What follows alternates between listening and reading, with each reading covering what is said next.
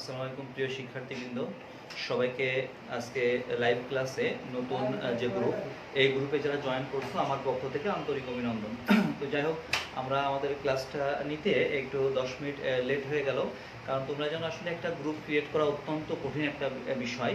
আমাদের এখানে প্রায় 600-র কাছাকাছি স্টুডেন্ট, সেকেন্ড ইয়ারের স্টুডেন্ট যারা নাকি ঢুকে পড়ছিল, এবং যারা এখানে ঢুকে পড়ছিল তারা অনেকেই দেখা যাচ্ছে ক্লাস করতো না, মাঝে মাঝে হয়তো আমাদের ভিডিও থাকতো, কারণ আমরা গ্রামের কিছু স্টুডেন্ট ছিল যাদের কথা চিন্তা করে আমরা এই ভিডিওগুলো রাখতাম। তো তারা হয়তো সেই সময় চুরি করে করে ঢুকতো, আবার বের হয়ে যেত, এরকম কিছু অবস্থা। তো তারা কখনো আমার সাথে যোগাযোগও করেনি। হ্যাঁ, তো আমরা জানি বিভিন্ন টিচারের কাছে তোমরা ইতিমধ্যে পড়ো। একটা স্টুডেন্ট, তুমি ওল্ড ফার্স্ট ইয়ারে পড়ো, অর্থাৎ তোমার স্কুল এবং কলেজ লেভেলের শেষ পর্যায়ে, এখানে তো লুকোচুরি করার কিছু নাই। তুমি তোমার সমস্যা থাকতে পারে, সেটা স্যারের সাথে তুমি সলভ করবা, তোমার গার্ডিয়ানরা সলভ করবে। এবং কি পরিমাণ এখানে আমাকে প্যারা নিতে হয়েছে, আমাদের 3 জন আমাদের রাত দিন এই পরিশ্রম করছে।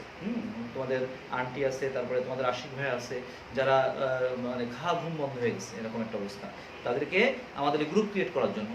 অর্থাৎ জয়েন করছে মে মাসে, জুনের 7 তারিখ থেকে ও ক্লাসও করছে, অথচ বলে এখানে যে আমরা জুলাই মাসে আমরা জয়েন করছিলাম, কিন্তু জুন মাসে ক্লাস করিনি, জুলাই মাসে ক্লাস করছি। তো এখানে মিথ্যা বলে তো আসলে মিথ্যা দিয়ে আমার মনে হয় একাডেমিক ক্যারিয়ার এই পর্যায়ে এসে শেষ করা ঠিক না। তো যাই হোক, আমরা যে কথা বলতেছি যে আমরা মোটামুটি আমরা কিছু স্টুডেন্ট ছিল, দেখবা যে তারা পড়ালেখা যত না করে তার চেয়ে বেশি নিজেদেরকে জাহির করতে চায়, এবং আবার দেখা যাচ্ছে যারা খুব ব্রিলিয়ান্ট তারা নিজেদেরকে কখনো প্রকাশও করে না। তো যারা এরকম জাহির করতে চায়, দেখবা কমেন্ট সেশনে শুধুমাত্র কমেন্টস করতো, এটাও মানে দেখাতো যে আমি খুব বেশি পারি, এরকম একটা ব্যাপার। কিন্তু এখানে আসলে প্রকৃত অর্থে যারা পারে, এখানে অনেক ব্রিলিয়ান্ট স্টুডেন্ট আছে, আমি আর নাম বলতে চাই না, কারণ নাম বললে দেখা যাচ্ছে কি যে যারা অনেক ব্রিলিয়ান্ট আছে তাদের নাম হয়তো বাদ করবে, এই জন্য কষ্ট পেতে পারো। বাট যারা এরকমভাবে নিজেদেরকে জাহির করতে চায়, এই সমস্ত স্টুডেন্ট সব এখানে বাতিল করে দিয়েছি, বুঝা গেছে? এই জন্য যারা ঠিকঠাক মতো ক্লাস করবা তারা এই গ্রুপে থাকবে। আমার 600 স্টুডেন্ট দরকার নাই, আমি এখানে বেছে আমরা 150-র মতো স্টুডেন্টকে অ্যাপ্রুভ করছি। এই 150 স্টুডেন্ট থাকবে এবং তারা ভালোভাবে এখানে ক্লাস করবে। তো যাই হোক প্রিয় শিক্ষার্থীবৃন্দ, আমরা আর কথা না বাড়িয়ে, তোমরা জানো যে আমাদের খুব গুরুত্বপূর্ণ একটা অধ্যায় পড়াচ্ছিলাম, অধ্যায়ের একেবারে শেষ পর্যায়ে চলে আসছি। লাস্ট হলো এই অধ্যায়ের কিছু অঙ্ক আছে। এটা হলো জারণ বিজারণ টাইট্রেশনের অঙ্ক, আয়োডিমিটি এবং আয়োডিমেট্রিক টাইট্রেশনের অঙ্ক, ইতিমধ্যে আয়োডিমিতি এবং আয়োডিমেটিক টাইট্রেশন কি এবং তার মেকানিজমটা কেমন এবং তার মাধ্যমে কি ধরনের অঙ্ক করতে হবে তোমাদের কিন্তু দেখিয়ে দিয়েছি। তো আমরা যদি এই মূলনীতি না পারি তাহলে কিন্তু আমরা অঙ্ক করতে পারবো না। সো আমরা এখন যেটা আলোচনা করব এটা খুবই গুরুত্বপূর্ণ এবং এটা প্র্যাকটিক্যাল। তো পরপর দুইটা টপিক আছে থিওরি, তারপরে আমরা অঙ্কের কথা বলবো। লেখো, বড় করে হেডিং দাও কালার পেন দিয়ে। লেখো জারণ বিজারণ টাইট্রেশনের, লেখো জারণ বিজারণ টাইট্রেশনের মূলনীতি। একটু ফাস্ট লিখবা সুন্দর করে, বইতে সুন্দর করে লেখা না। জারণ বিজারণ টাইট্রেশনের মূলনীতি, জারণ বিজারণ টাইট্রেশনের মূলনীতি। হয়েছে সবার লেখা? জারণ বিজারণ টাইট্রেশনের মূলনীতি। এই টপিক না পারলে কিন্তু অঙ্ক পারবো না, এটা মনে রাখতে হবে। জারণ বিজারণ টাইট্রেশনের মূলনীতি হয়েছে? এবার লেখো, জারকের একটি নির্দিষ্ট মোল, লেখো জারকের একটি নির্দিষ্ট মোল যদি নির্দিষ্ট সংখ্যক ইলেকট্রন গ্রহণ করে, জারকের একটি নির্দিষ্ট মোল যদি নির্দিষ্ট সংখ্যক ইলেকট্রন গ্রহণ করে এবং বিজারকের একটি নির্দিষ্ট মোল, এটা ফার্স্ট লিখবা, এবং বিজারকের একটি নির্দিষ্ট মোল, এবং বিজারকের একটি নির্দিষ্ট মোল যদি সেই নির্দিষ্ট, এবং বিজারকের একটি নির্দিষ্ট মোল যদি সেই নির্দিষ্ট মোল সংখ্যক ইলেকট্রন ত্যাগ করে, যদি সেই নির্দিষ্ট মোল সংখ্যক ইলেকট্রন ত্যাগ করে, তাহলে জারণ বিজারণ বিক্রিয়া শেষ হয়। তাহলে জারণ বিজারণ বিক্রিয়া শেষ হয়। তাহলে জারণ বিজারণ বিক্রিয়া শেষ হয়।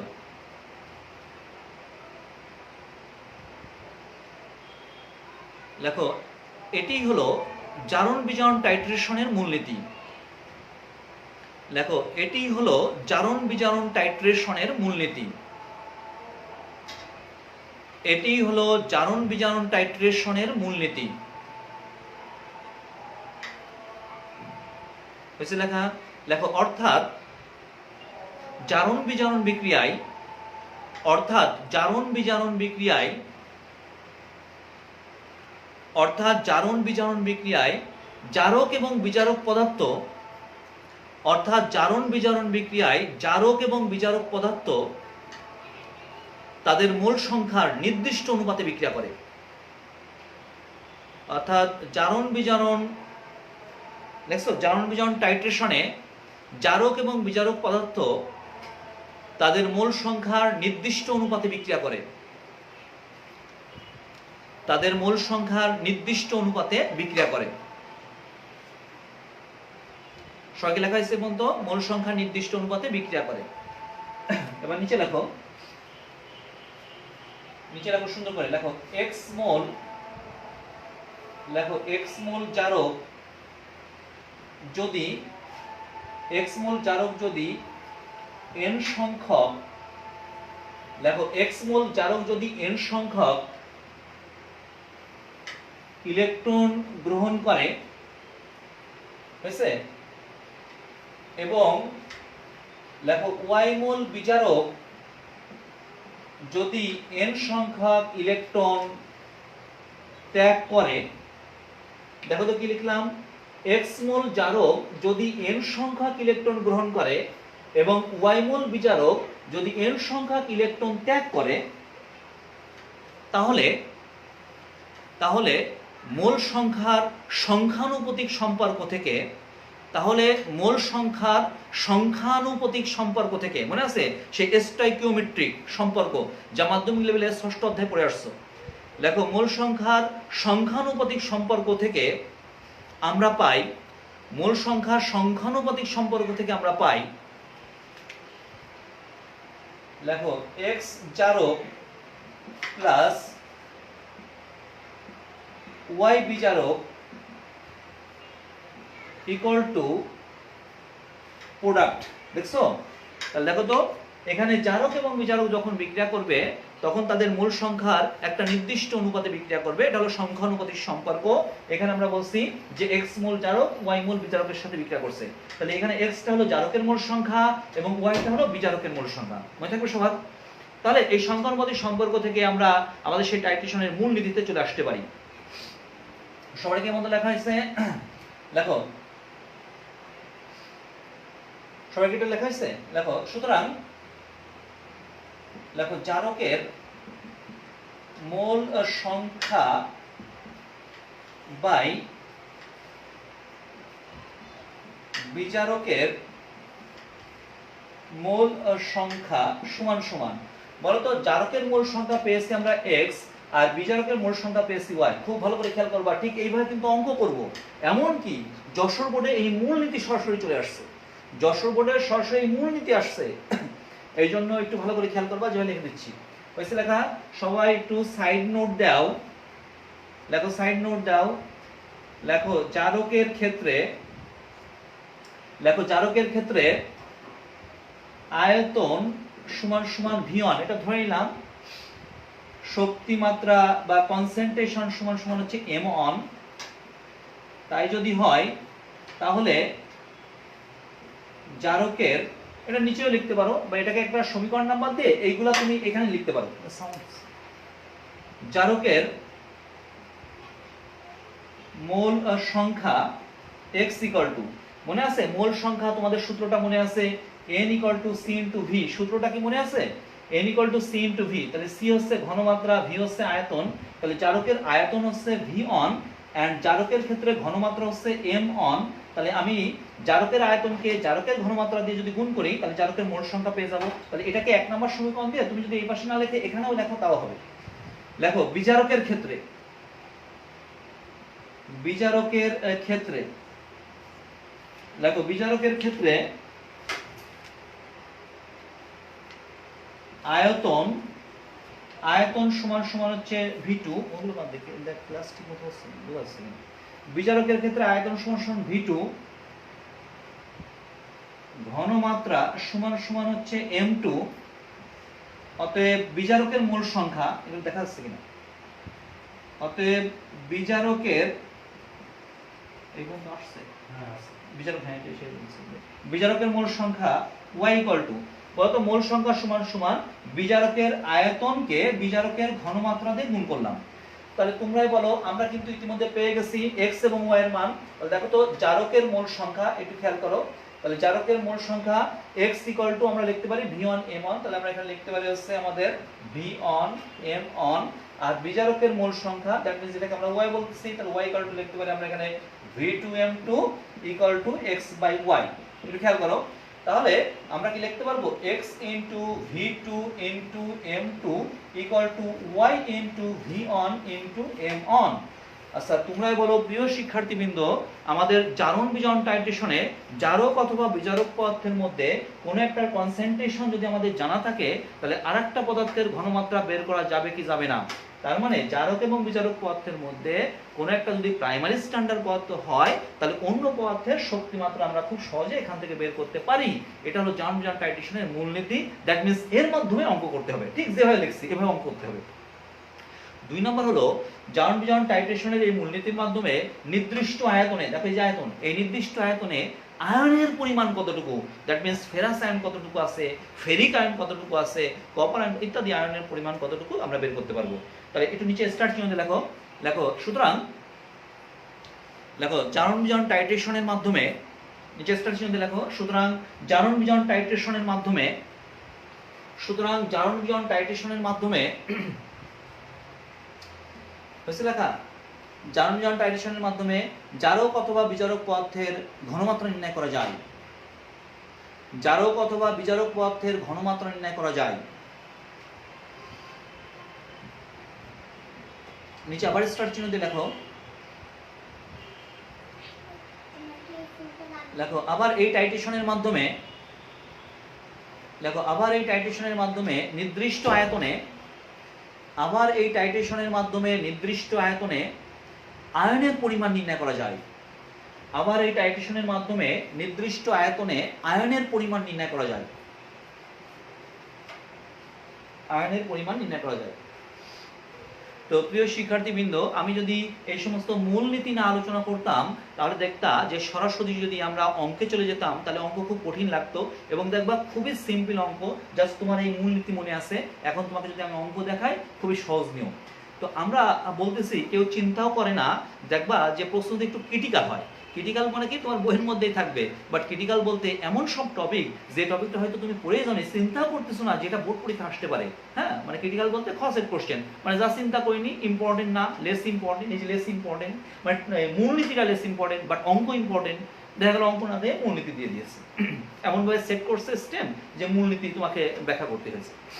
এই ধরনের প্রশ্ন আমরা অনেকবার বোর্ড পরীক্ষায় পেয়েছি, যার জন্য স্টুডেন্টরা ঝামেলার মধ্যে পড়ে যায়। এবার আমরা আলোচনা করব ওই যে আমরা 2 নম্বর যে টপিকটা বললাম যে নির্দিষ্ট আয়তনে আয়নের পরিমাণ কতটুকু বের করা যায়, এটা আরো ইম্পর্টেন্ট। এটাও যশোর বোর্ডে কয়েকবার আসছে এবং ব্যাখ্যামূলক টপিক, প্র্যাকটিক্যাল, এই প্র্যাকটিক্যাল সরাসরি উঠাই দিয়েছে। তো আমরা এটা নিয়ে আলোচনা করব এবং এটা প্র্যাকটিক্যাল প্লাস এর মাধ্যমে সবচেয়ে বেশি অঙ্ক। তাহলে বড় করে হেডিং দাও, প্রমাণ, ঠান্ডা মাথায় চিন্তা করবা, প্রমাণ, বড় করে হেডিং দাও, প্রমাণ পটাশিয়াম পারম্যাঙ্গানেট দ্বারা, প্রমাণ পটাশিয়াম পারম্যাঙ্গানেট দ্বারা ফেরাস আয়নের পরিমাণ নির্ণয়ের মূলনীতি। প্রমাণ পটাশিয়াম পারম্যাঙ্গানেট দ্বারা ফেরাস আয়নের পরিমাণ নির্ণয়ের মূলনীতি। প্রমাণ পটাশিয়াম পারম্যাঙ্গানেট দ্বারা ফেরাস আয়নের পরিমাণ নির্ণয়ের মূলনীতি।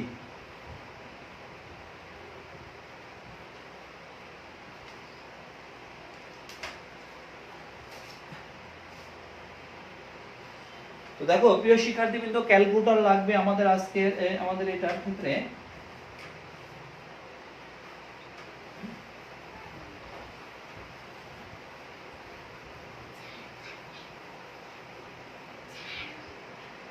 তো খুব ভালো করে বুঝবা, আমাদের আজকের যে টপিকটা আমরা আলোচনা করতেছি ঠান্ডা মাথায়, এটা প্র্যাকটিক্যাল। এই প্র্যাকটিক্যালের জন্য মোট 4টা পিরিয়ড লাগে, অর্থাৎ আমরা 4টা ক্লাস, অর্থাৎ তোমাদের যে ইন্টারমিডিয়েট যখন ক্লাস হবে তখন 4 ক্লাসে প্র্যাকটিক্যাল শেষ হবে, 4টা ক্লাস লাগে। আর যখন তুমি অনার্স লেভেলে যাবা তখন একদিনেই করতে হবে, তার 24 ঘন্টার মধ্যে আমাদের প্রায় 6-7 ঘন্টা মতো লাগবে প্র্যাকটিক্যাল করতে। তো যাই হোক, আমরা সেই প্র্যাকটিক্যাল 4 পিরিয়ডের ক্লাস আমরা এখন দেখো 30 মিনিটের মধ্যে আমাকে শেষ করতে হচ্ছে। প্রমাণ পটাশিয়াম পারম্যাঙ্গানেট KMnO4 দ্রবণ দ্বারা, প্রমাণ পটাশিয়াম পারম্যাঙ্গানেট দ্রবণ দ্বারা ফেরাস আয়নের পরিমাণ নির্ণয়। ফেরাস আয়নের পরিমাণ নির্ণয়।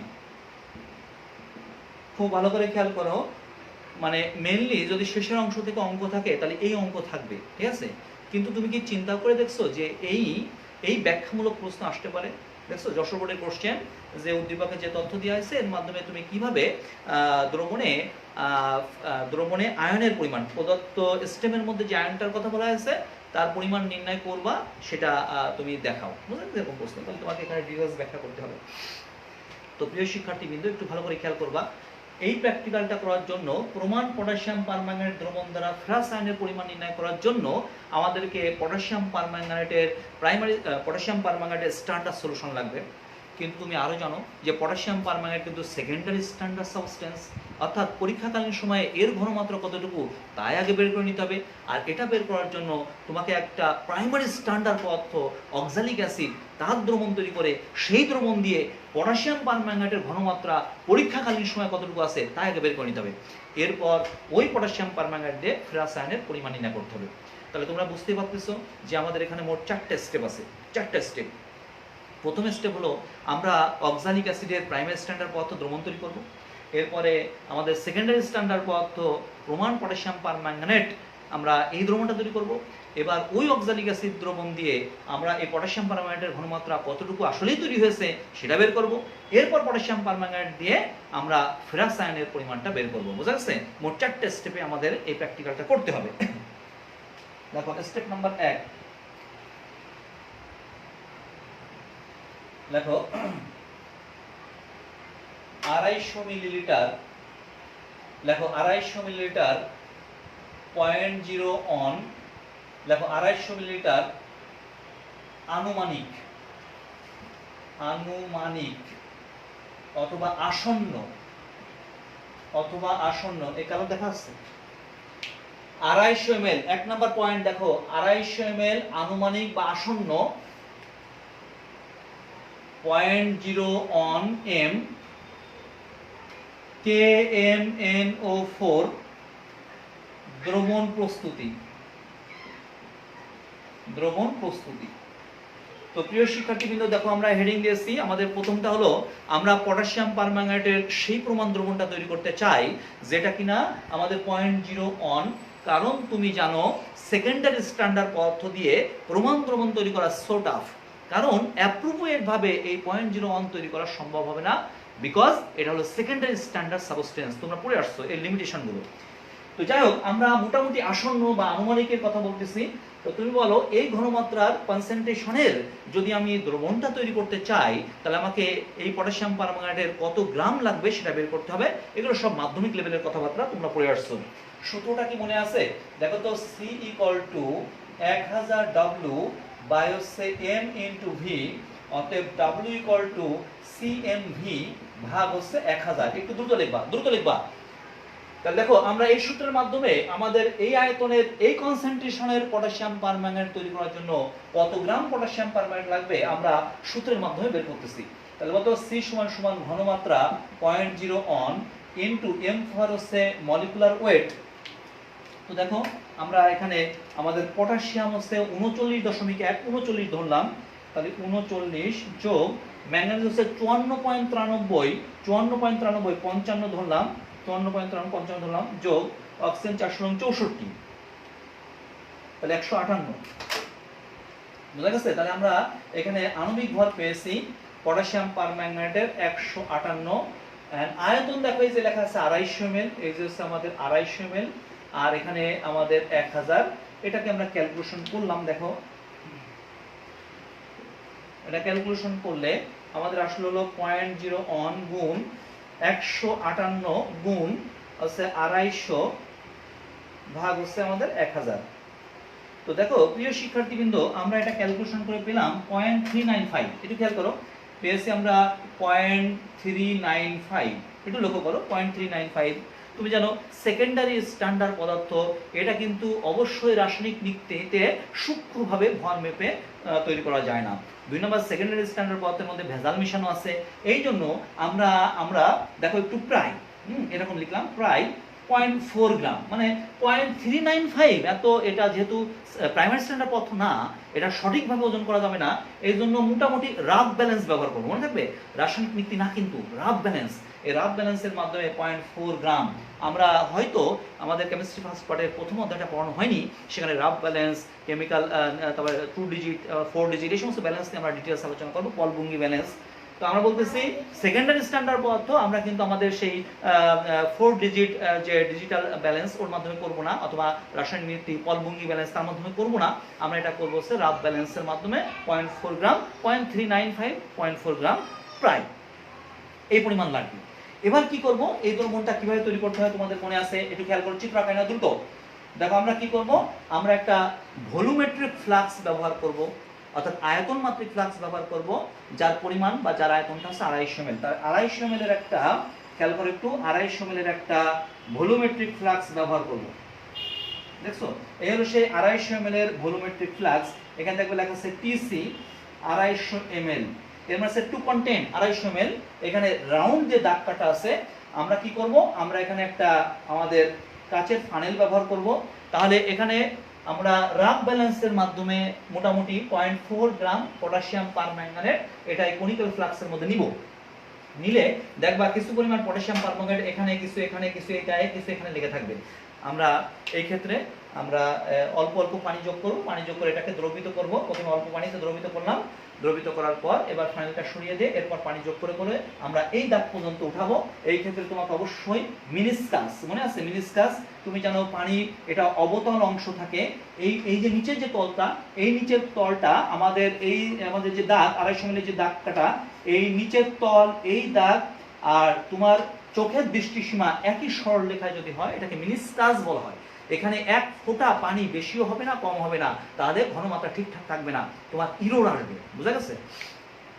এটাই হলো আমাদের 250 ml অর্থাৎ 0.4 গ্রাম। এই 250 ml এর পাত্রের মধ্যে নিয়ে এরপর পানি যোগ করে করে এই দাগ পর্যন্ত উঠালাম। এটা হলো আমাদের 250 ml আনুমানিক 0.01 মোলার পটাশিয়াম পারম্যাঙ্গানেট দ্রবণ। এখন এটা কি 0.01 কিনা এটা তো আমরা জানি না, আমরা বলতেছি যে এত গ্রাম দিলে 0.01 হওয়ার কথা।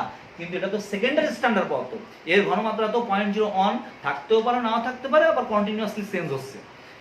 এই জন্যই পরীক্ষাকালীন সময়ে এই ঘনমাত্রাটা আসলে ঠিক আছে কিনা সেটা তোমাকে পরিমাপ করে নিতে হবে আর একটা প্রাইমারি স্ট্যান্ডার্ড পদার্থ দিয়ে তৈরি স্ট্যান্ডার্ড সলিউশন দিয়ে। তাহলে আমরা সেই প্রাইমারি স্ট্যান্ডার্ড পদার্থ দিয়ে স্ট্যান্ডার্ড সলিউশন আবার তৈরি করব।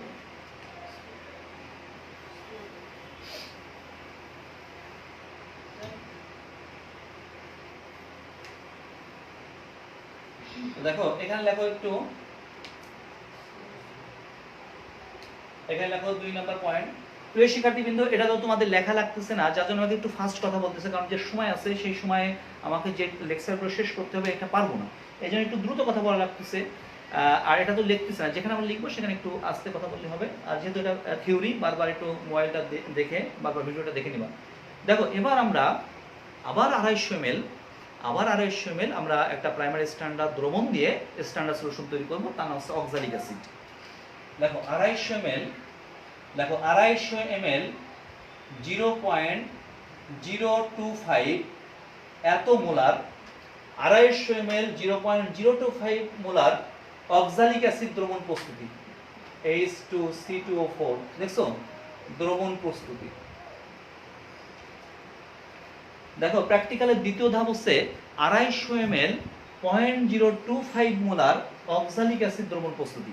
তাহলে বলতো আমি যদি এই দ্রবণ তৈরি করতে চাই তাহলে আমাদেরকে সিমিলারলি এই প্রসেসের মাধ্যমে আমাদের অক্সালিক অ্যাসিড কতটুকু লাগবে সেটা বের করে নিয়ে আসতে হবে। তো সূত্রটা কি, W=CMB ভাগ হচ্ছে 1000। দেখো সূত্রটা বসাও এখানে। এই আয়তন এই ঘনমাত্রার জন্য কত গ্রাম অক্সালিক অ্যাসিড লাগবে তাই তোমাকে পরিমাপ করে নিয়ে আসতে হবে। তাহলে এই ক্ষেত্রে C সমান হচ্ছে ঘনমাত্রা, দেখো এই হলো সেই ঘনমাত্রা 0.025 ইনটু M ফর আণবিক ভর। অক্সালিক অ্যাসিডের আণবিক ভর সবারই মুখস্থ, অক্সালিক অ্যাসিড কিন্তু এরকম না, মনে আছে এটা ক্লাস পানিযুক্ত যৌগ, মনে আছে তো ক্লাস পানিযুক্ত যৌগ, এর সংকেতটা তোমাদের মনে আছে H2C2O4 বা C2H2O4 ইনটু 2 অণু পানি। দেখছো 2 অণু পানি সহ এর আণবিক ভর হচ্ছে 126, বের করে দেখো 126 আসে। হাইড্রোজেন 1 গুণ 2 কার্বন 12 দুগুণে 24, অক্সিজেন 464, এটা হচ্ছে 90, 18 দুগুণে কত 36, তাহলে 36 আর হচ্ছে 90 126। তাহলে বলো এখানে আমাদের এই অক্সালিক অ্যাসিডের আণবিক ভর হচ্ছে 126 কেলাস পানি সহ, V সমান আয়তন দেয়া আছে 250 ml, আর এখানে হচ্ছে আমাদের 1000, এটা আমরা ক্যালকুলেশন করলাম। দেখো ক্যালকুলেশন করলে এখানে যেটা আসে সেটা হলো ক্যালকুলেট 0.025 গুণ হচ্ছে 126 গুণ হচ্ছে 250 ভাগ হলো 1000। দেখো ক্যালকুলেশন করে আমরা পেয়েছি 0.7875।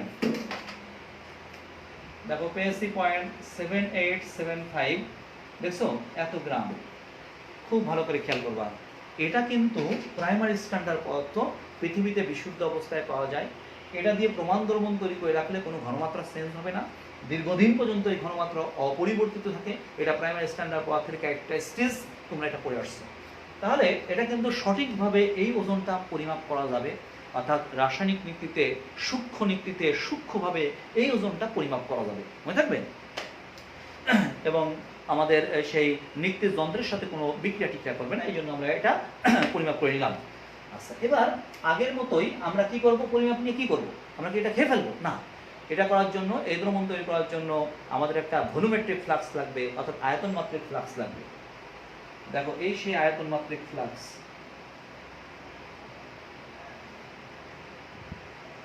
দেখছো 250 ml। এখানে আমরা একটা ফানেল নিলাম, এবার আমরা 0.7875 গ্রাম অক্সালিক অ্যাসিডের মধ্যে নিলাম, নেওয়ার পর এর মধ্যে আমরা পানি যোগ করলাম, পানি যোগ করে করে করে এই দাগ পর্যন্ত উঠালাম। এটাই হলো আমাদের 250 ml 0.025 মোলার অক্সালিক অ্যাসিড দ্রবণ প্রস্তুতি। দেখছো প্র্যাকটিক্যালে 4টা ধাপের মধ্যে অলরেডি কিন্তু 2টা ধাপ কমপ্লিট হয়ে গেছে। এখন তোমার প্রশ্ন হতে পারে স্যার এটা লাগবে কেন? ওই যে আমরা বললাম, আমরা প্রথমে এই যে পটাশিয়াম পারম্যাঙ্গানেটের 0.01 মোলার দ্রবণ তৈরি করছি, এটা একটা সেকেন্ডারি স্ট্যান্ডার্ড পদার্থ, এটার ঘনমাত্রা আসলেই 0.01 আছে কিনা তার জন্য আমাদের এই দ্রবণটা দিয়ে এটাকে টাইট্রেশন করে এর শক্তিমাত্রা পরীক্ষাকালীন সময়ে কতটুকু আছে তাই আগে পরিমাপ করতে হবে। তাহলে আমাদের 3 নম্বর ধাপ লেখো, 3 নম্বর ধাপ লেখো, প্রমাণ অক্সালিক অ্যাসিড দ্রবণ দ্বারা লেখো প্রমাণ অক্সালিক অ্যাসিড দ্রবণ দ্বারা, প্রমাণ অক্সালিক অ্যাসিড দ্রবণ দ্বারা লিখছো, প্রমাণ অক্সালিক অ্যাসিড দ্রবণ দ্বারা পটাশিয়াম পারম্যাঙ্গানেটের শক্তিমাত্রা প্রমিতকরণ। লেখো প্রমাণ অক্সালিক অ্যাসিড দ্রবণ দ্বারা পটাশিয়াম পারম্যাঙ্গানেটের শক্তিমাত্রা প্রমিতকরণ।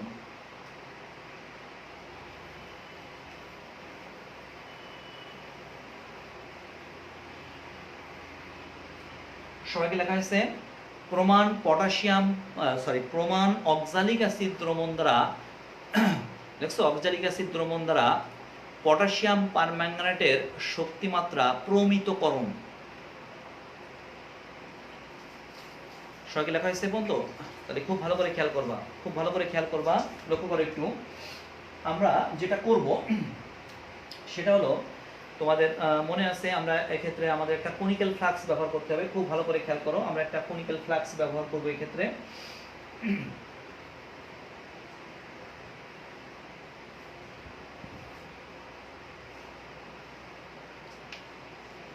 দেখছো, আমরা খেয়াল করে একটু প্রিয় শিক্ষার্থীবৃন্দ, আমরা প্রথমে 250 ml এর একটা কনিক্যাল ফ্লাক্স নিলাম। ভালো করে বুঝতে হবে কিন্তু, 250 ml এর একটা কনিক্যাল ফ্লাক্স নিলাম। নেওয়ার পর এই কনিক্যাল ফ্লাক্সের মধ্যে আমরা 10 ml, ভালো করে খেয়াল করবা, 10 ml অক্সালিক অ্যাসিড দ্রবণ নেব। মনে থাকবে কথাটা, 10 ml। এটা লিখে রাখো। এর মধ্যে কি কি নিব আমরা? এর মধ্যে নিব আমরা 10 ml। দেখো 10 ml, 10 ml অক্সালিক অ্যাসিড দ্রবণ H2C2O4, দেখছো, ইনটু 2 অণু পানি, এই দ্রবণ নিলাম। মনে থাকবে 10 ml অক্সালিক অ্যাসিড দ্রবণ নিলাম। নেওয়ার পর তুমি জানো এই জার্মান টাইট্রেশন একটা মাধ্যম লাগে, অ্যাসিড মাধ্যম। ভালো করে বুঝবা, এটা খুব গুরুত্বপূর্ণ এই জায়গাটা। এই ক্ষেত্রে আমরা সালফিউরিক অ্যাসিড ব্যবহার করব। কোনোভাবে অন্য অ্যাসিড ব্যবহার করা যাবে না, এটা একটা প্রশ্ন। কোনোভাবে অন্য কোনো অ্যাসিড ব্যবহার করা যাবে না, অর্থাৎ নাইট্রিক অ্যাসিড ব্যবহার করা যাবে না, এমনকি হাইড্রোক্লোরিক অ্যাসিড ব্যবহার করা যাবে না, শুধুমাত্র লঘু সালফিউরিক অ্যাসিড এক্ষেত্রে ব্যবহার করবো, অন্য কোনো অ্যাসিড ব্যবহার করা যাবে না। এটা প্রশ্ন আসতে পারে যে আমাদের ফেরাস আয়নের পরিমাণ নির্ণয়ে কেন আমরা এক্ষেত্রে নাইট্রিক অ্যাসিড ব্যবহার করিনি, কেন হাইড্রোক্লোরিক অ্যাসিড ব্যবহার করিনি, কেন সালফিউরিক অ্যাসিড ব্যবহার করলাম, এ ধরনের প্রশ্ন আসতে পারে। খেয়াল করে একটু, 10 ml অক্সালিক অ্যাসিড দ্রবণ নিয়েছি। নেওয়ার পর এর মধ্যে আমরা লক্ষ্য করো, এর মধ্যে আমরা আমাদের 5 ml, দেখছো, আমরা এর মধ্যে 5 ml অথবা আমাদের 10 ml ও বলতে পারো, সমস্যা নেই। 5 ml আমরা 1 মোলার, খেয়াল করে একটু, 5 ml 1 মোলার সালফিউরিক অ্যাসিড দ্রবণ নিয়েছি। বুঝা গেছে? আমরা এর মধ্যে 5 ml 1 মোলার সালফিউরিক অ্যাসিড দ্রবণ নিয়েছি। সবাইকে লেখা আছে। তাহলে 10 ml অক্সালিক অ্যাসিড দ্রবণ, 5 ml 1 মোলার সালফিউরিক অ্যাসিড দ্রবণ নিয়েছি। নেওয়ার পর আমাদের যে বুরেট আছে, খেয়াল করে একটু, এই যে বুরেট, এই বুলেটের মধ্যে রাখা আছে সেই KMnO4 দ্রবণ। বুঝা গেছে? KMnO4 দ্রবণ। এই দ্রবণের ঘনমাত্রা কত পরীক্ষাকালীন সময়ে আছে সেটা বের করতে হবে টাইট্রেশন করে। এখন দেখো, প্রথমে এটা নিয়েছি। নেওয়ার পর মনে করো এখানে পটাশিয়াম পারম্যাঙ্গানেট, আমরা আমাদের এখানে মিলিস্টাস ঠিক করলাম। মনে করো এখানে পটাশিয়াম পারম্যাঙ্গানেটের প্রাথমিক আয়তনটা আছে, এখানে মনে করো প্রাথমিক আয়তন x মিলিলিটার, ধরে নিলাম x মিলিলিটার প্রাথমিক আয়তন, এখানে x মিলিলিটার ধরে নিলাম। অথবা প্রাথমিক আয়তন মনে করো 1 মিলিলিটার আছে, আমরা জানি না, মানে এখানে 1 মিলিলিটার, দ্যাট মিন্স 1 মিলিলিটার এরকম না, মানে এখানে 0 দাগ থেকে, তো মানে টোটাল বুলেটের আয়তনটা হচ্ছে 50 ml। তো আমরা মনে করো এটা সোজা করার জন্য 2-1 ফোঁটা ফেলে দিয়েছি, ফলে এখানে আমাদের যে দাগে পটাশিয়াম পারম্যাঙ্গানেটের আয়তনটা আছে এটা হচ্ছে 1 মিলিলিটার মনে করো। এখন আমি এখান থেকে ফোঁটায় ফোঁটায় যোগ করলাম। এর মধ্যে যখন ফোঁটায় ফোঁটায় এর মধ্যে যোগ করলাম, যোগ করার পর দেখবা এন্ড পয়েন্টের কাছাকাছি সময় এসে দেখবা পিঙ্ক কালার আসবে, চলে যাবে, পিঙ্ক কালার আসবে, চলে যাবে, হঠাৎ করে স্থায়ী পিঙ্ক কালার ধারণ করবে। বুঝা গেছে? হঠাৎ করে এর মধ্যে স্থায়ী পিঙ্ক কালার ধারণ করবে। যখন যে বিন্দুতে, যে লাস্ট বিন্দুতে স্থায়ী পিঙ্ক কালার ধারণ করলো, সঙ্গে সঙ্গে এটা স্টপ করে দিতে হবে। তাহলে বলতো এখানে পটাশিয়াম পারম্যাঙ্গানেটের প্রাথমিক আয়তন আমাদের জানা, এখানে কতটুকু পটাশিয়াম পারম্যাঙ্গানেট লাগছে এখান থেকে দেখে নেব। তাহলে বলতো দ্বিতীয় আয়তন থেকে যদি প্রথম আয়তন বিয়োগ করি, তাহলে পটাশিয়াম পারম্যাঙ্গানেটের আমাদের আয়তন কতটুকু সেটা বের হয়ে আসবে, ব্যবহৃত পটাশিয়াম পারম্যাঙ্গানেটের আয়তন কতটুকু বের হয়ে আসবে। এবার এটা ফেলে দেবো, আবার 10 ml অক্সালিক অ্যাসিড দ্রবণ নেব, আবার 5 ml 1 ml সালফিউরিক অ্যাসিড নেব, এরপর ফোঁটায় ফোঁটায় আবার যোগ করব, যোগ করার পর আবার স্থায়ী কালার আসবে, পিঙ্ক কালার। আবার দেখবো যে আমাদের পটাশিয়াম পারম্যাঙ্গানেটের প্রাথমিক আয়তন কত ছিল, শেষ আয়তন কত ছিল, এদের বিয়োগফলটা হলো আমাদের পার্থক্য। এইভাবে 3 বার নেওয়ার পর 3টা যোগ করে 3 দিয়ে ভাগ করলে পটাশিয়াম পারম্যাঙ্গানেটের গড় আয়তন বের হয়ে আসবে। বোঝা গেছে কিভাবে প্র্যাকটিক্যাল, এই হলো সেই প্র্যাকটিক্যাল। তো আমরা এক্ষেত্রে টাইট্রেশনের ছক লিখতেছি, দেখো এখানে টাইট্রেশনের ছক লেখো, টাইট্রেশনের ছক হয়েছে লেখা, টাইট্রেশনের ছক। এখানে লেখো পর্যবেক্ষণ সংখ্যা, লেখো পর্যবেক্ষণ সংখ্যা, লিখছো পর্যবেক্ষণ সংখ্যা। এখানে লিখবো প্রথমে পর্যবেক্ষণ সংখ্যা লিখলাম, এরপর লিখবা গৃহীত অক্সালিক অ্যাসিডের আয়তন, লেখো গৃহীত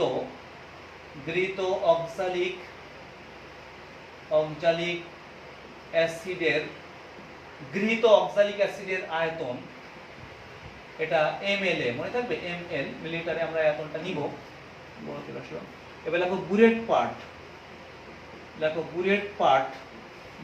লেখার পর এর আবার কয়টা অংশ থাকবে, লেখো প্রথম পার্ট, এরপর লেখো দ্বিতীয় পার্ট,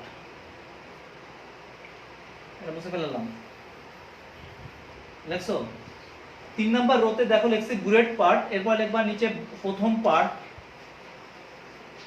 এরপর লিখবা দ্বিতীয় পার্ট, এরপর লিখবা পার্ট পার্থক্য, দেখো পার্ট পার্থক্য। আচ্ছা, এরপর লিখবা গড় আয়তন, পটাশিয়াম পারম্যাঙ্গানেটের KMnO4 এর গড় আয়তন। দেখো আমরা ছোট ছোট করে লিখলাম, একটু বেশি জায়গা লাগলো। আমি প্রথম থেকে বলতেছি, প্রথম রোটা হলো পর্যবেক্ষণ সংখ্যা, তারপর হচ্ছে গৃহীত অক্সালিক অ্যাসিডের আয়তন, বুলেট পার্ট, প্রথম পার্ট, দ্বিতীয় পার্ট, পার্ট পার্থক্য। এই বুলেট পার্টের মধ্যে 3টা রো, 1 2 3, প্রথম পার্ট, দ্বিতীয় পার্ট, পার্ট পার্থক্য, আর হলো পটাশিয়াম পারম্যাঙ্গানেটের গড় আয়তন। দেখছো? এখন আসো পর্যবেক্ষণ সংখ্যা 1 2 এবং 3। গৃহীত অক্সালিক অ্যাসিডের আয়তন প্রতিবার হচ্ছে 10 ml 10 ml and 10 ml, অর্থাৎ আমরা আমাদের যে অক্সালিক অ্যাসিডটা নিয়েছি এটা 10 ml নিয়েছিলাম, তিনবারই দেখো আমরা লিখছি। প্রথম পার্ট একটু খেয়াল করো, আমি কাল্পনিক ধরে নিচ্ছি, কাল্পনিক। মনে করো বুলেটের প্রথম পার্ট ছিল 1 ml, একটু খেয়াল করো। এবার ফোটায় যোগ করার পর মনে করো 6.7 ml যোগ করার পর স্থায়ী পিঙ্ক কালার ধারণ করলো, স্থায়ী পিঙ্ক কালার, অথবা 6.7 লিখলাম, মনে করো আমরা ধরলাম 7.7, বুঝা গেছে? তাহলে এই ক্ষেত্রে পার্ট পার্থক্য দেখো 7.7 মাইনাস হচ্ছে আমাদের অন, তাহলে পার্ট পার্থক্য হলো সরাসরি লিখতে পারতাম পার্ট পার্থক্য, তারপর একটু দেখা দিলাম। এই ক্ষেত্রে যদি আমরা করি 7.7 মাইনাস হচ্ছে 1, তাহলে দেখো 6.7, তাই তো 6.7, তাহলে পার্ট পার্থক্য হচ্ছে এখানে আমাদের 6.7, খেয়াল করে একটু।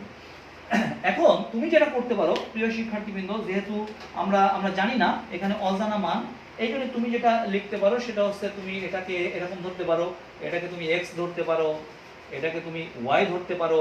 তাহলে এক্ষেত্রে পার্ট পার্থক্য হবে হচ্ছে y - x = z, মনে থাকবে? এরকমও ধরতে পারো। তো যাই হোক, আমি আরো কয়েকটা দেখাই, তাহলে বুঝতে সহজ হবে। বলো, পরের বার যেটা করছি সেটা হলো আমাদের মনে করো এখানে ছিল হচ্ছে 7.7 প্রথম পার্ট। এবার দেখো আমরা ফোটায় পটাশিয়াম পারম্যাঙ্গানেট যোগ করছি,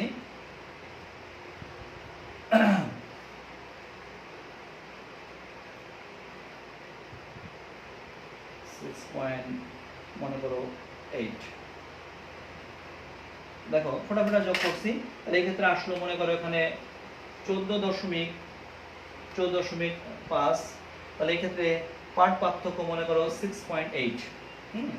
পরেরটা দেখো 14.5 ছিল, আবার ফোটায় যোগ করছি, মানে আমি যখন কনিক্যাল ফ্লাক্স থেকে ফেলে দিলাম তখন বুলেটে দেখে দিলাম প্রাথমিক পার্ট হচ্ছে আমাদের এখানে 14.5 আছে, এবার আবার ফোটায় যোগ করতেছি, তাহলে দেখো 14.5 যোগ মনে করো হলো হ্যাঁ এখানে আসছে মনে করো 21.1, তাহলে মাইনাস হচ্ছে 0.5, তাহলে এই ক্ষেত্রে আসছে দেখো 6.6। এরকম তোমার প্র্যাকটিক্যালের উপর 6.7, 6.8, 6.6 এরকম আসতে পারে, বা উপর থেকে এরকম আসতে পারে যেরকম। তাহলে বলো তো এই তিনটা যোগ করব, দেখছো এই তিনটা আমরা যোগ করব, তাহলে 6.6 যোগ 6.7 যোগ 6.8 ভাগ হচ্ছে 3। দেখছো ক্যালকুলেশন করলে আমরা আমাদের পটাশিয়াম পারম্যাঙ্গানেটের গড় আয়তন পেয়েছি হলো 6.7। দেখছো এই হলো গড় আয়তন। এই গড় আয়তনটাকে আমরা এখানে মনে করো গড় আয়তন 6.7 ধরছি, মনে করো জেড হতে হবে, বুঝা গেছে? আমরা কাল্পনিক বললাম যে জেড আয়তন। এবার আমরা আমাদের সেই মূল নীতিতে চলে আসি, যে নীতির মাধ্যমে আমরা পটাশিয়াম পারম্যাঙ্গানেটের আয়তন মানে ঘনমাত্রাটা কত সেটা বের করব। তাহলে আসল সূত্র ব্যবহার করব আমরা এখন। তবে সূত্রের পূর্বে এখানে যে রিঅ্যাকশনটা ঘটছে সেই রিঅ্যাকশনটা লিখবো আমরা। কারণ তুমি জানো আমাদের V1 M1 by V2 M2 equal to X by Y এর মাধ্যমে আমাদের পটাশিয়াম পারম্যাঙ্গানেটের ঘনমাত্রা কত M1 সেটা বের করতে হবে। আর এটা বের করতে হলে X আর Y এর মান জানতে হবে। আর X আর Y এর মান জানতে হলে তোমাকে অবশ্যই সমতাকরণ করতে হবে। দেখো অবশ্যই সমতাকরণ করা ছাড়া তুমি বুঝতেই পারবে না। তাহলে এবার লেখো সংশ্লিষ্ট সমতাকৃত বিক্রিয়াটি। বলো পটাশিয়াম পারম্যাঙ্গানেট KMnO4 তার সাথে অক্সালিক অ্যাসিড প্লাস সালফিউরিক অ্যাসিডের বিক্রিয়া হয়েছে। দেখছো এখন তুমি বলো এই ক্ষেত্রে তোমার যদি এখন হিসাব নিকাশ করতে হয় যে কি কি তৈরি হবে, জারণ সংখ্যা কিভাবে নির্ণয় মানে এই সমতাকরণ করব, তাহলে এ করতে তো আরো 10 মিনিট। এই জন্য তোমার এই যে সমতাকরণগুলো আমরা শিখিয়েছি ওর মধ্যে থেকে থাকে, তুমি দেখে দ্রুত জারণ সংখ্যা পদ্ধতির মাধ্যমে অত্যন্ত ফাস্ট সমতাকরণ করে ফেলবা। তাহলে দেখো পটাশিয়াম আর সালফেট মিলে তৈরি হয় পটাশিয়াম সালফেট, ম্যাঙ্গানিজ আর সালফেট মিলে মাধ্যম অম্লীয় manganese sulphate, oxalic acid plus 3 আছে, carbon die oxide hydrogen oxide মিলে পানি। আমরা 30 সেকেন্ডের মধ্যে এই সমতাকরণ দেখাতে পারি। দেখো কিভাবে, দেখো এখানে আছে আমাদের +7, এখানে আছে +3, এখানে দেখো +2, এখানে আছে +4। অত্যন্ত দ্রুত লিখলে অনেকেই বুঝবে না, এই জন্য দেখো আমরা সংখ্যা বলতেছি +7 থেকে +2 তে গেছে, +3 থেকে +4 এ গেছে। উদ্দেশ্য সমতাকরণ না, মানে এরকম জারণ সংখ্যা না, উদ্দেশ্য হলো মূল সংখ্যাটা বের করা। বলো +7 থেকে +2 তে যেতে হলে সে 5টা ইলেকট্রন গ্রহণ করছে, +3 থেকে +4 এ যেতে হলে সে 1টা ইলেকট্রন ত্যাগ করছে, বাট কার্বন আছে 2টা, তাহলে -2 ইলেকট্রন। বলো এটাকে আমরা 2 দিয়ে গুণ করব, এটাকে আমরা 5 দিয়ে গুণ করব, এটাকে 2 দিয়ে গুণ করা মানে এর সামনে 2, একে 5 দিয়ে গুণ করা, দেখছো পাই গেছে। 30 সেকেন্ড লাগেনি, আরো ফাস্ট বলতে পারতাম। তাহলে বলো পটাশিয়াম পারম্যাঙ্গানেট হলো জারক, জারকের মোল সংখ্যা পেয়ে গেছে 2, x এর মান। অক্সালিক অ্যাসিড দেখো এটা হলো y, বিজারকের মোল সংখ্যা পেয়েছি 5, কমপ্লিট। বুঝা গেছে? তারপরে আমি একটু শেষ করলাম। দেখো এখানে হচ্ছে 2, মনে আছে 5 2 10, এখানে হচ্ছে 10। আমাদের সালফেট কয়টা আছে? 2 আর 1 3টা, এখানে 3। হাইড্রোজেন 5 2 10 আছে 16টা, এখানে 7। তাহলে বলো আমরা আমাদের সূত্র ইউজ করব। দেখো আমরা জানি V on, দেখো V on M on by V2 M2 equal to X by Y।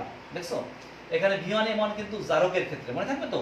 তাহলে বলো V on M on by V2 M2 equal to X মানে জারকের মোল সংখ্যা 2 আর Y মানে বিজারকের মোল সংখ্যা হচ্ছে 5। তাহলে সেই ক্ষেত্রে আমাদের বের করতে হবে M on। তাহলে আমরা কি লিখতে পারি যে আমাদের M on equal to cross গুণ করলাম 2 into V2 M2, দেখছো বাই 5 into V on। খেয়াল করো তাহলে বলো তো 2 পেলাম। আচ্ছা V2 মনে আছে, V2টা হলো অক্সালিক অ্যাসিডের আয়তন 10 ml, আর M2 হলো আমাদের অক্সালিক অ্যাসিডের ঘনমাত্রা, আমরা জানি এটা প্রমাণ দ্রবণ 0.025 ভাগ হলো 5 ইনটু V on, অর্থাৎ পটাশিয়াম পারম্যাঙ্গানেটের গড় আয়তন অর্থাৎ Z, যাকে Z ধরছি। হ্যাঁ, Z হলো তোমার ক্যালকুলেশন, যেহেতু তুমি জানো না আমি বের করেও দেখাইছি, কাল্পনিক 6.7। তাহলে আমরা কিন্তু এখান থেকে পরীক্ষাকালীন সময়ে অক্সালিক অ্যাসিডের ঘনমাত্রা আসলে 0.01 আছে কিনা আমরা কিন্তু এখন বের করতে পারবো। দেখছো দেখো 2 গুণ 10 গুণ 0.025 ভাগ হলো 6.7। দেখো আমরা কিন্তু পেয়ে গেছি অক্সালিক আমাদের পটাশিয়াম পারম্যাঙ্গানেট আমাদের সেকেন্ডারি স্ট্যান্ডার্ড কত তার ঘনমাত্রা আমরা পেয়েছি। তোমরা ইতিমধ্যে হয়তো ক্যালকুলেশন করছো।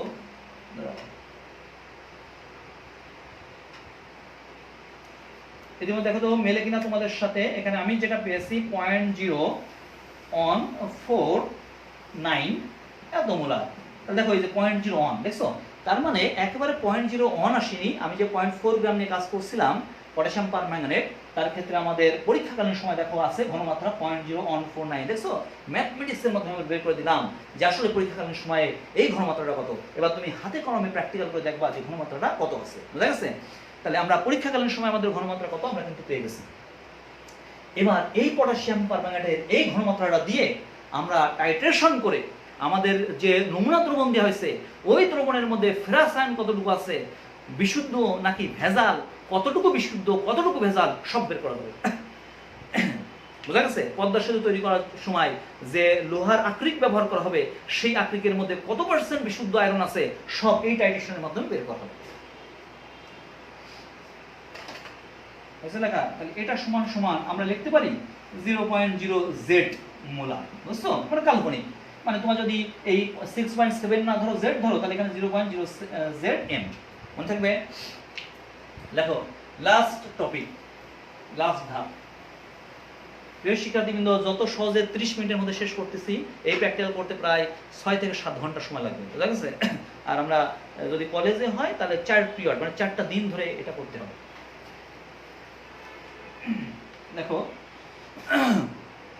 প্রমাণ পটাশিয়াম পারম্যাঙ্গানেট দ্বারা, দেখো প্রমাণ পটাশিয়াম পারম্যাঙ্গানেট দ্রবণ দ্বারা প্রদত্ত, দেখো প্রদত্ত দ্রবণে ফেরাস আয়নের পরিমাণ নির্ণয়।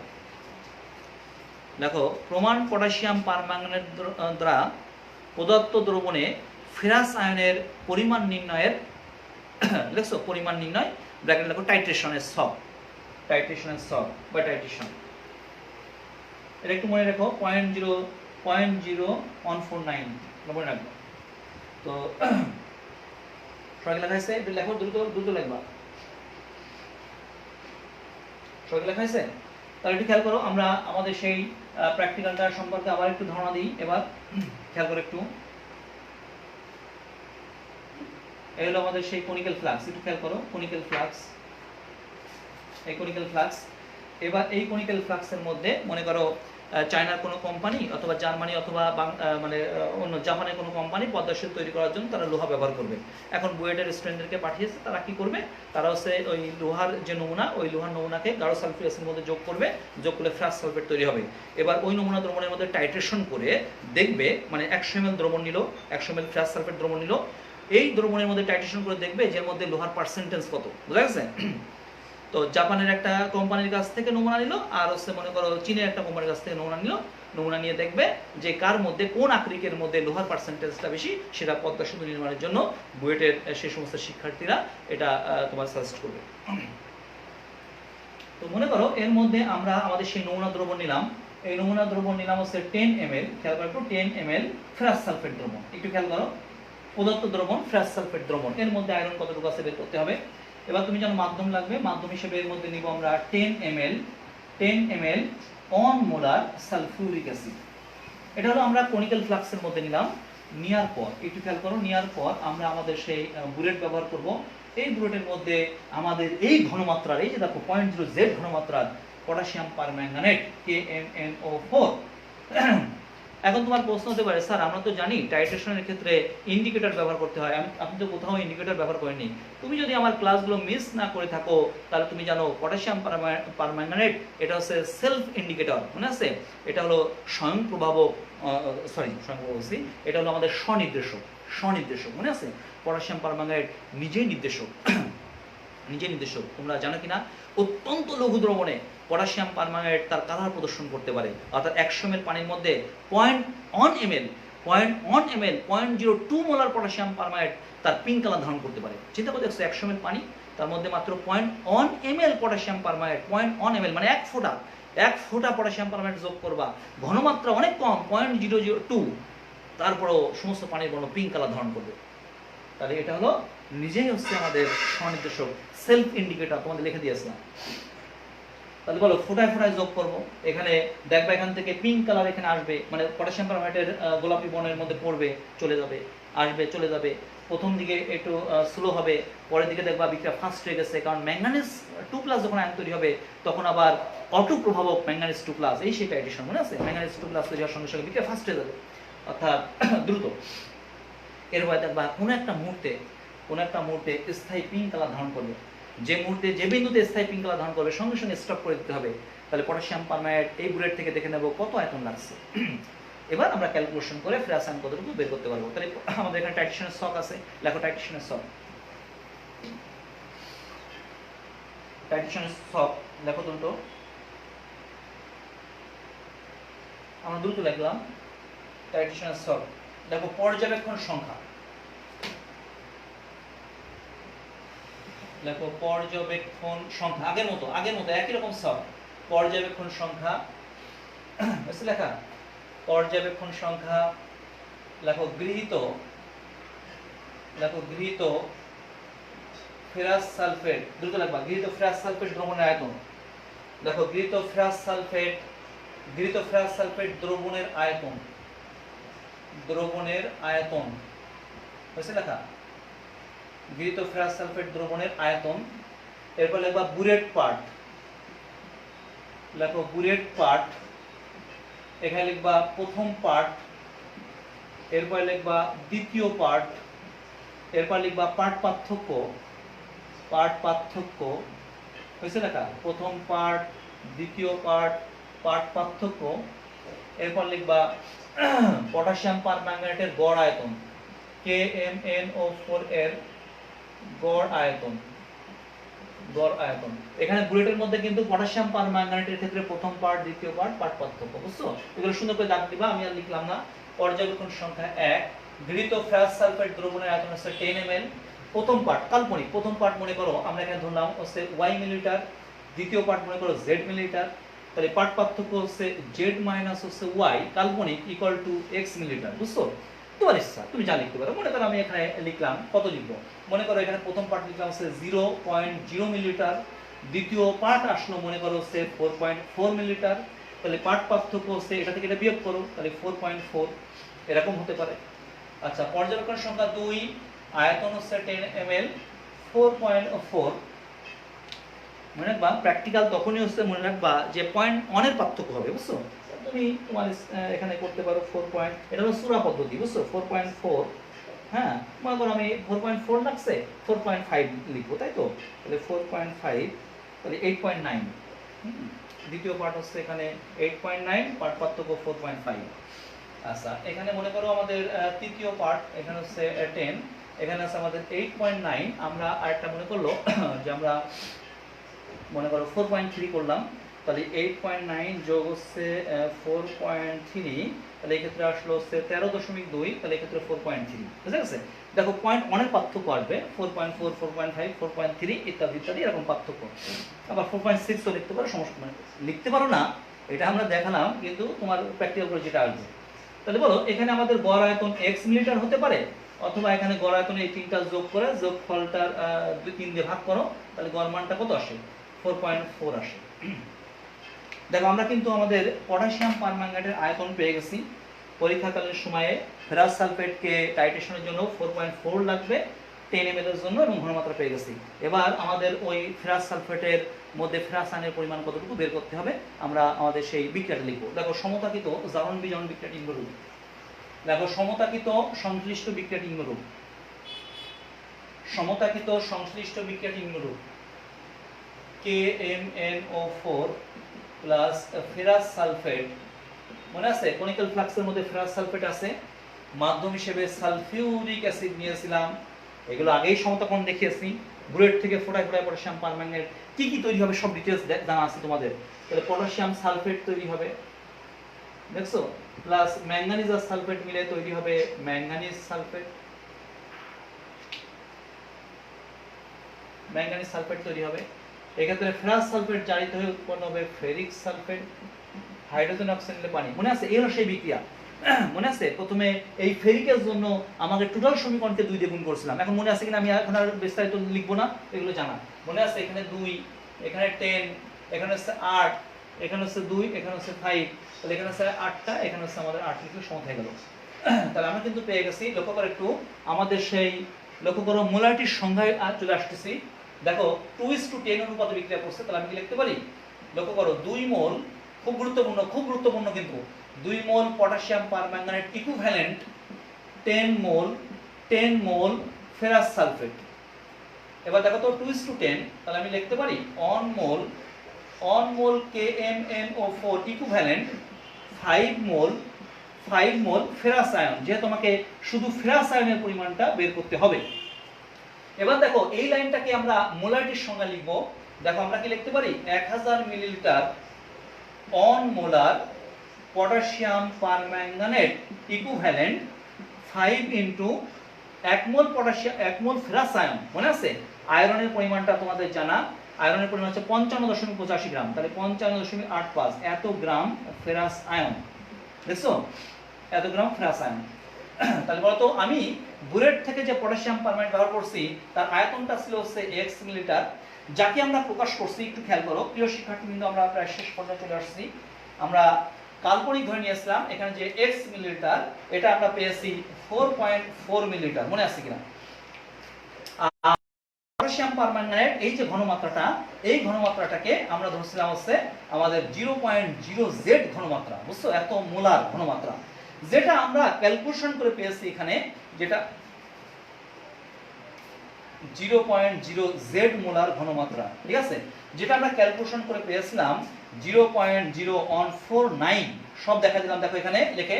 তাহলে বলতো 1000 millilitre 1 molar potassium permanganate equal to যদি এত গ্রাম হয়, তাহলে 4.4 মিলিলিটার এত মোলার পটাশিয়াম পারম্যাঙ্গানেট ইকুইভ্যালেন্ট, দেখছো? ইকুইভ্যালেন্ট, তাহলে 5 ইনটু 55.85 ইনটু আমরা পটাশিয়াম পারম্যাঙ্গানেট দেখো 4.4 ইনটু 0.0149 ভাগ হচ্ছে আমাদের 1000, দেখছো? ইনটু 1। তাহলে বলো আমি যদি এটা ক্যালকুলেশন করি, তাহলে সেই ক্ষেত্রে আমাদের ফেরাস আয়নের পরিমাণ কতটুকু আছে বের হয়ে আসবে। 5 গুণ 55.85 গুণ 4.4 গুণ 0.0149 ভাগ হচ্ছে আমাদের 1000। দেখো এটা ক্যালকুলেশন করছি আমরা, ইতিমধ্যে পেয়ে গেছি আমাদের পটাশিয়াম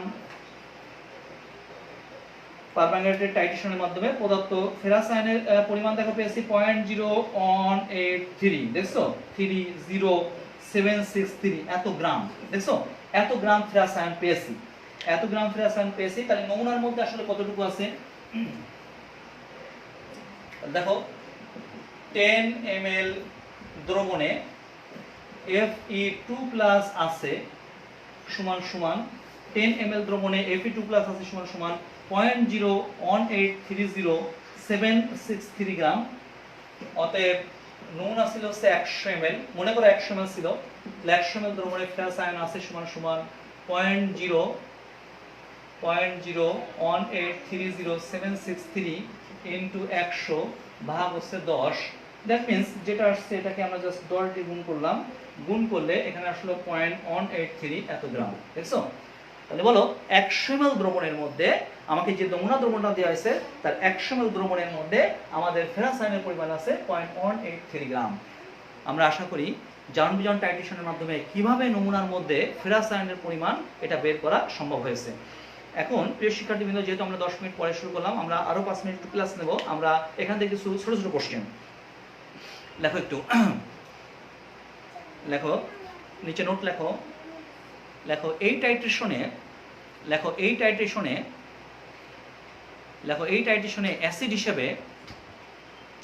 হিসেবে নাইট্রিক অ্যাসিড, লেখো এই টাইট্রেশনে অ্যাসিড হিসেবে নাইট্রিক অ্যাসিড এবং HCl ব্যবহার করা যাবে না, HCl ব্যবহার করা যাবে না, নাইট্রিক অ্যাসিড এবং HCl ব্যবহার করা যাবে না, নাইট্রিক অ্যাসিড এবং HCl ব্যবহার করা যাবে না,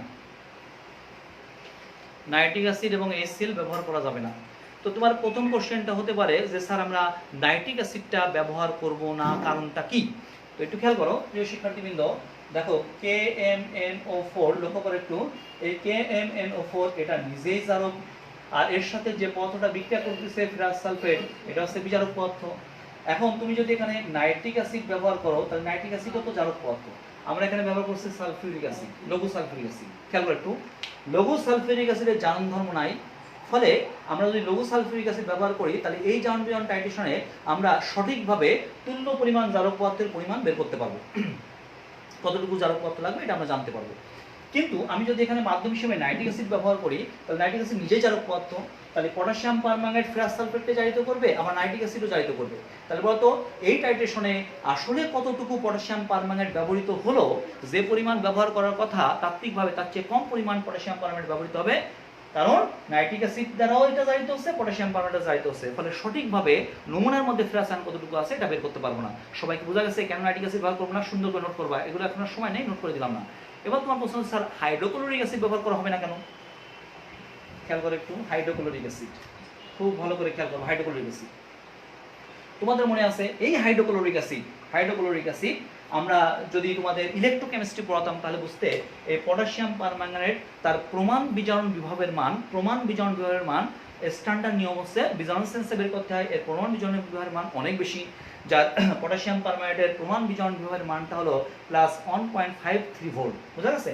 এই পটাশিয়াম পারম্যাঙ্গানেট তাহলে এটা শক্তিশালী জারক। বোঝা গেছে? এটা এত শক্তিশালী জারক যে এই জারক পদার্থটা দ্বারা তুমি জানো যে এটা জারক, এবং এই যে HCl এটা কিন্তু বিজারক, কারণ এখানে ক্লোরিন মাইনাস আকারে আছে, দেখছো? তাহলে এখানে দুইটা বিজারক ব্যবহৃত হয়েছে।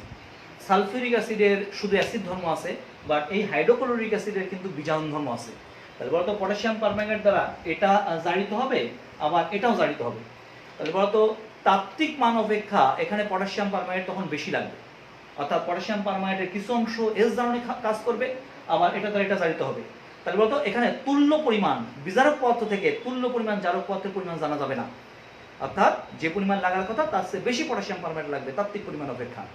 যার কারণে এই ক্ষেত্রে কোনোভাবে হাইড্রোক্লোরিক অ্যাসিড বা ক্লোরাইড আয়ন আছে এমন কোনো কিছু যোগ করা যাবে না। তো আর প্রশ্ন যদি ব্যবহার করা হয়ে যায়, মানে পটাশিয়াম ক্লোরাইড ব্যবহার করলাম, তাহলে সেই ক্ষেত্রে যে কাজটা করতে হবে, এই ক্ষেত্রে বিজ্ঞানীরা গবেষণা করে বের করছে, সেক্ষেত্রে জিমারম্যান রাইনহার্ট দ্রবণ ব্যবহার করতে হবে। সম্পূর্ণ নতুন টপিক, বইতে টইতে নাই, একটু মনে রাখবা, লেখা রাখবো একটু স্টার চিহ্ন দিয়ে দেখো। যদি ক্লোরাইড আয়ন প্রবেশ করে তাহলে সেই ক্ষেত্রে জিমারম্যান রাইনহার্ট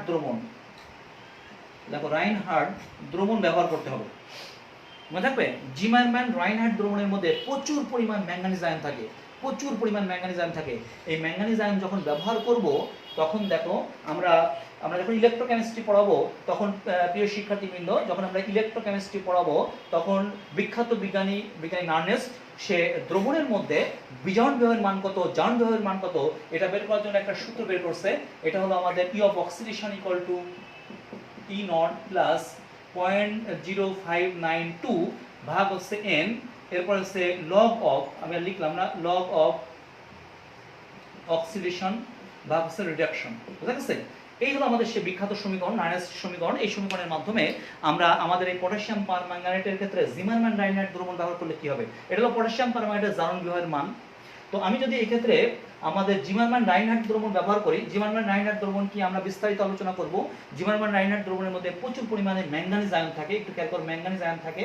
এটা হলো জারক পদার্থ, এটা হলো বিজারক পদার্থ, দেখছো? অক্সিডেশন আছে, রিডাকশন, এটা হচ্ছে লব, এটা হচ্ছে হর। তাহলে বলতো আমি যদি জিমারম্যান রাইনহার্ট দ্রবণ ব্যবহার করি তাহলে দ্রবণে প্রচুর ম্যাঙ্গানিজ 2+ আয়ন বেড়ে যাবে। ম্যাঙ্গানিজ 2+ আয়ন হচ্ছে একটা বিজারক পদার্থ, অর্থাৎ রিডাকশন। তাহলে বলতো এই হরের মান বেড়ে যাবে, হরের মান যদি বেড়ে যায় লবের মান কমে যাবে, টোটাল জারণ ধর্ম কমে যাবে, অর্থাৎ পটাশিয়াম পারম্যাঙ্গানেটের জারণ ধর্ম কমে যাবে। এই পটাশিয়াম পারম্যাঙ্গানেটের জারণ ধর্ম যখন কমে যাবে তখন এর শুধুমাত্র আসলেই যে জারক পদার্থ তাকে জারিত করবে, তখন আর ক্লোরাইড আয়নকে জারিত করবে না। এই কারণে এই বিক্রিয়ায় জিমারম্যান রাইনহার্ট দ্রবণ ব্যবহার করতে হবে। নেক্সট দিন আমরা জিমারম্যান রাইনহার্ট দ্রবণ কি এই সমস্ত নিয়ে বিস্তারিত আলোচনা করব। তো এবং থাকবে। তো সবাইকে আবারও ধন্যবাদ দিয়ে আমাদের ক্লাস এখানে শেষ করছি।